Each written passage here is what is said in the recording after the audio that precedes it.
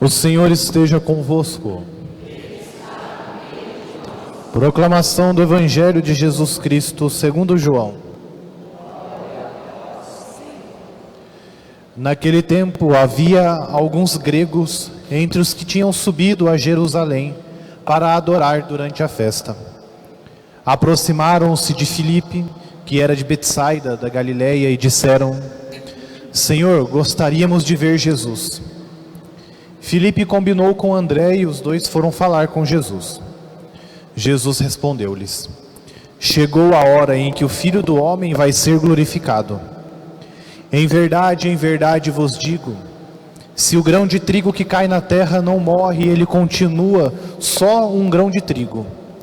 Mas se morre, então produz muito fruto.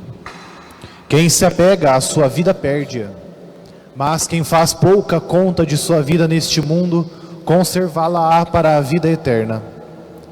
Se alguém me quer servir, siga-me, e onde eu estou estará também o meu servo. Se alguém me serve, meu Pai o honrará. Agora sinto-me angustiado, e que direi? Pai, livra-me desta hora?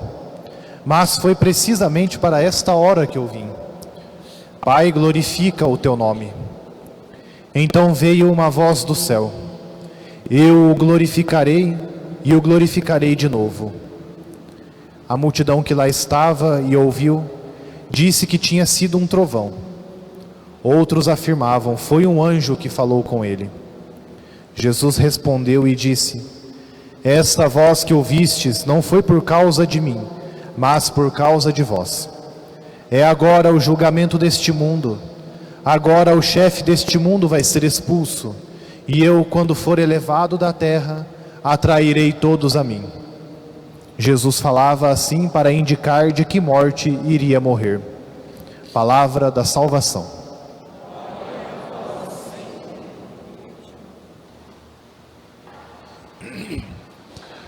Meus irmãos e irmãs, nós estamos já na última semana da Quaresma, a quinta semana.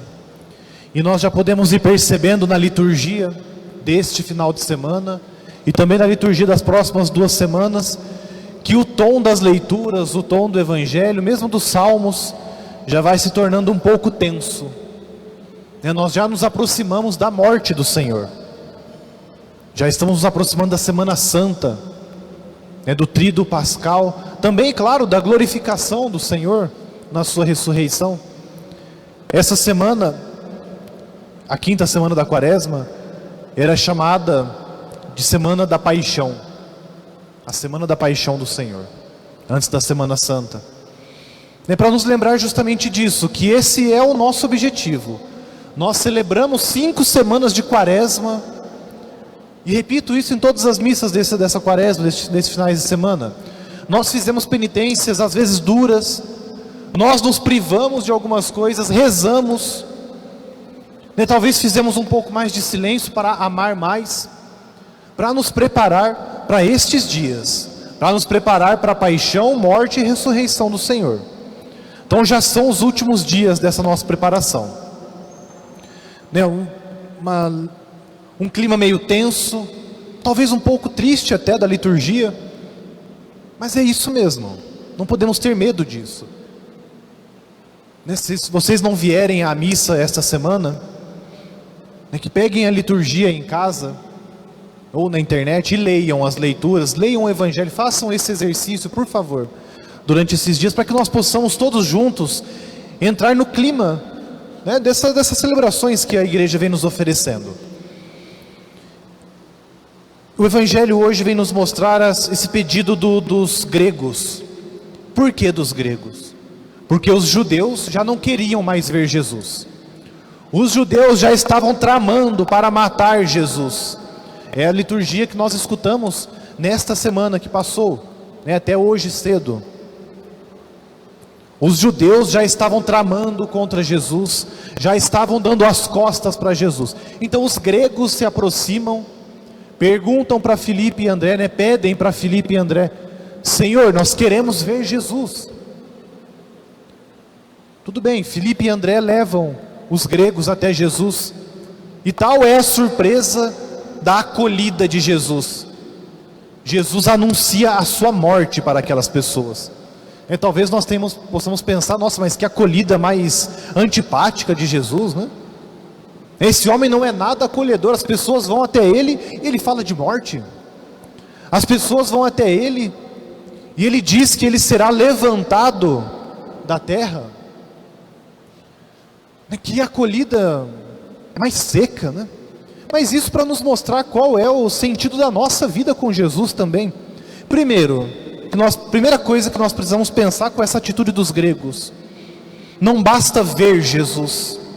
É porque ver Jesus muitas pessoas viram, não? Muitos iam atrás de Jesus buscando pão, buscando curas, buscando milagres, buscando graças. Muitos foram atrás de Jesus para combater Jesus, com raiva de Jesus, para desacreditar das palavras e das obras de Jesus. Todos esses viram Jesus. Até muitos cegos viram Jesus. Muito mais do que ver Jesus, o importante e o que nós devemos ter aprendido nessa quaresma é ficar com Jesus, é permanecer com Ele. Quantos desses gregos ficaram mesmo com Jesus? Não sei. No Evangelho mesmo de João, o próprio Jesus diz para os seus discípulos: vocês também não querem ir embora? Podem ir, não tem problema. Mas eles resolveram ficar, porque como diz São Pedro: Senhor, aonde iremos nós? Só Tu tens palavras de vida eterna. Então, mais do que ver Jesus, e nós o vemos aqui nesta Eucaristia, todos os dias, nós podemos contemplá-lo, adorá-lo. Mais do que ver Jesus, nós precisamos ficar com Ele. E ficar com Jesus nos leva a um comprometimento muito maduro, um comprometimento corajoso, um comprometimento adulto na fé. Ficar com Jesus é saber que nós vamos morrer com Ele. Por isso que Ele acolhe esses gregos desta maneira, né? Chegou a hora. No Evangelho de ontem nós escutamos que ainda não tinha chegado a hora de Jesus. Agora chegou. E qual é a hora de Jesus? A hora em que o Filho do Homem vai ser glorificado. E pergunto de novo: como Jesus é glorificado? Qual é a glória de Jesus? Qual é o trono de Jesus? É a cruz. Então chegou a hora da morte de Jesus. Chegou a hora em que Ele será escarnecido, zombado, dilacerado por nós, humilhado por nós, pregado na cruz. Será morto. Então, depois de escutar isso, quantos ficaram com Jesus? Queriam vê-lo, viram.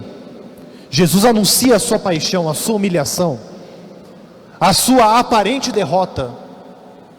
Porque isso aqui parece derrota, não? A cruz sempre foi vista como derrota. Depois de escutar isso, quem fica com Jesus? Só aqueles que são fiéis.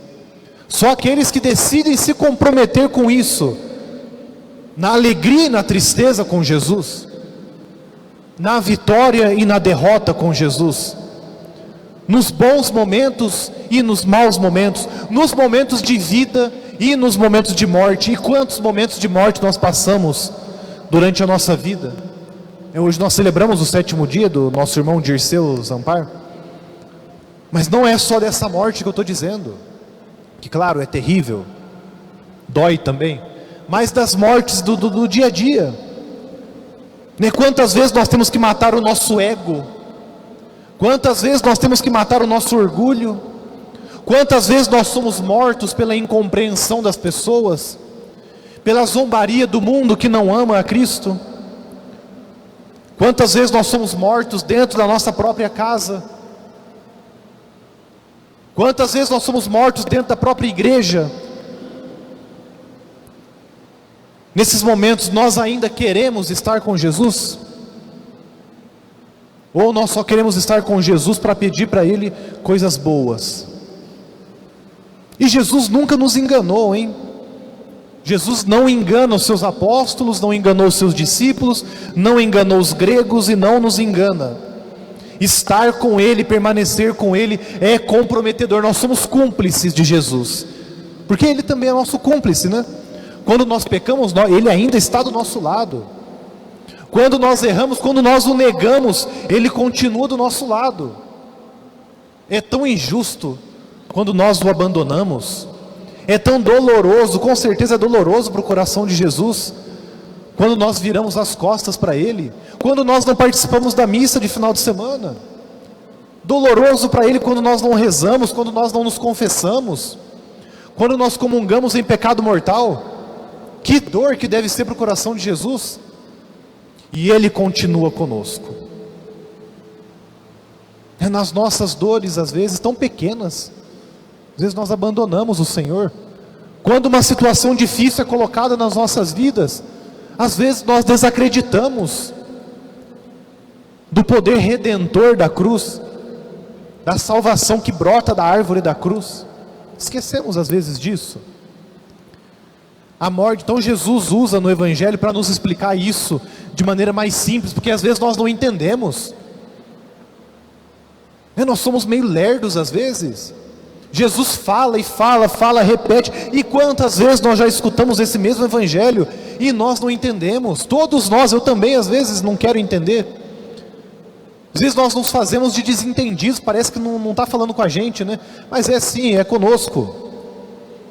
Mas Jesus então usa de uma analogia muito simples do cotidiano daquelas pessoas e que nós podemos entender também. A vida de Jesus, a sua morte, o seu abandono, a sua renúncia, a sua cruz, é como o grão de trigo que cai na terra e que precisa cair na terra para produzir frutos.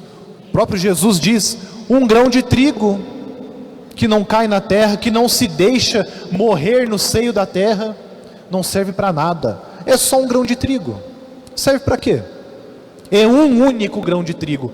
Mas aquele grão de trigo que se deixa enterrar,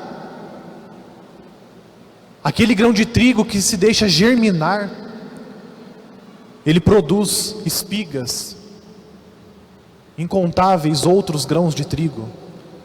Esse é o mistério da morte e ressurreição de Jesus. Esse é o mistério da dor da cruz. Esse é o mistério que nós devemos também imitar. Às vezes nós imitamos tantas pessoas, né?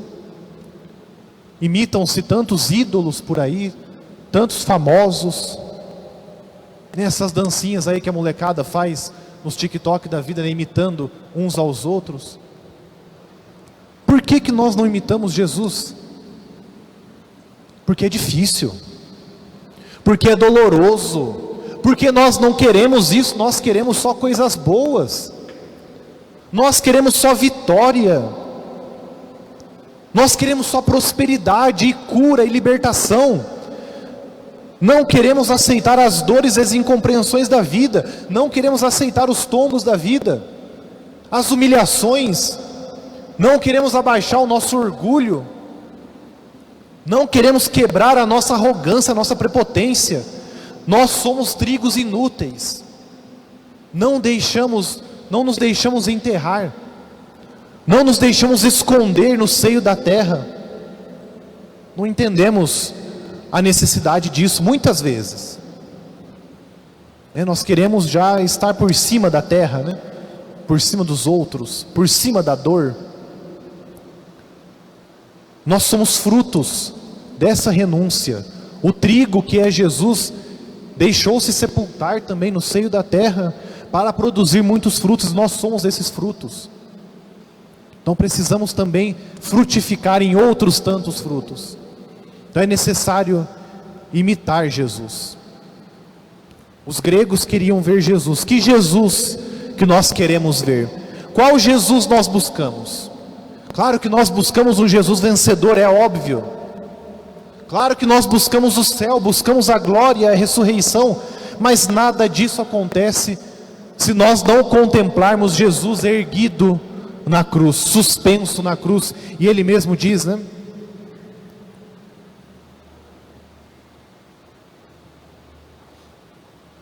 Espera que eu perdi agora.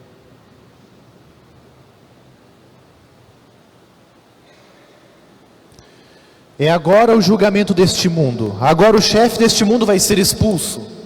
E eu, quando for elevado da terra, atrairei todos a mim. Jesus falava assim para indicar de que morte iria morrer. Que Jesus então nós queremos ver, porque ele foi elevado muito alto, no alto de um monte, para que todos pudessem ver de que morte viria a nossa salvação, de onde viria a nossa salvação. Então, que Jesus nós estamos buscando? Qual Jesus você busca no seu dia a dia?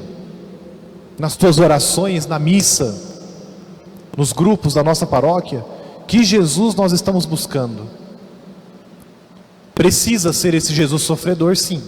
Não somos masoquistas, mas nós entendemos que o sofrimento redime.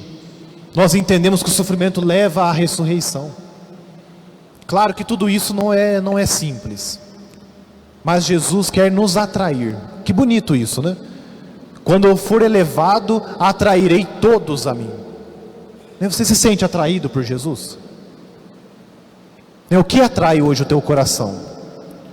O que atrai a tua vida? Perto de quem você quer ficar hoje? Precisamos perguntar isso todos os dias, né? Quem me atrai? Qual é o objetivo da minha vida? Por que eu rezo? Por que eu amo? Por que eu perdoo? Por que eu faço silêncio? Por que eu venho à missa? Por que eu aceito a humilhação e a morte na minha vida? Quem me atrai? Que Jesus eu quero ver? Peçamos então ao Senhor que neste tempo, já finalizando de Quaresma, que Ele continue sendo a nossa força, que Ele continue estando conosco. Peçamos ao Senhor então que ilumine nossa consciência, nosso coração. Que Deus nos ajude.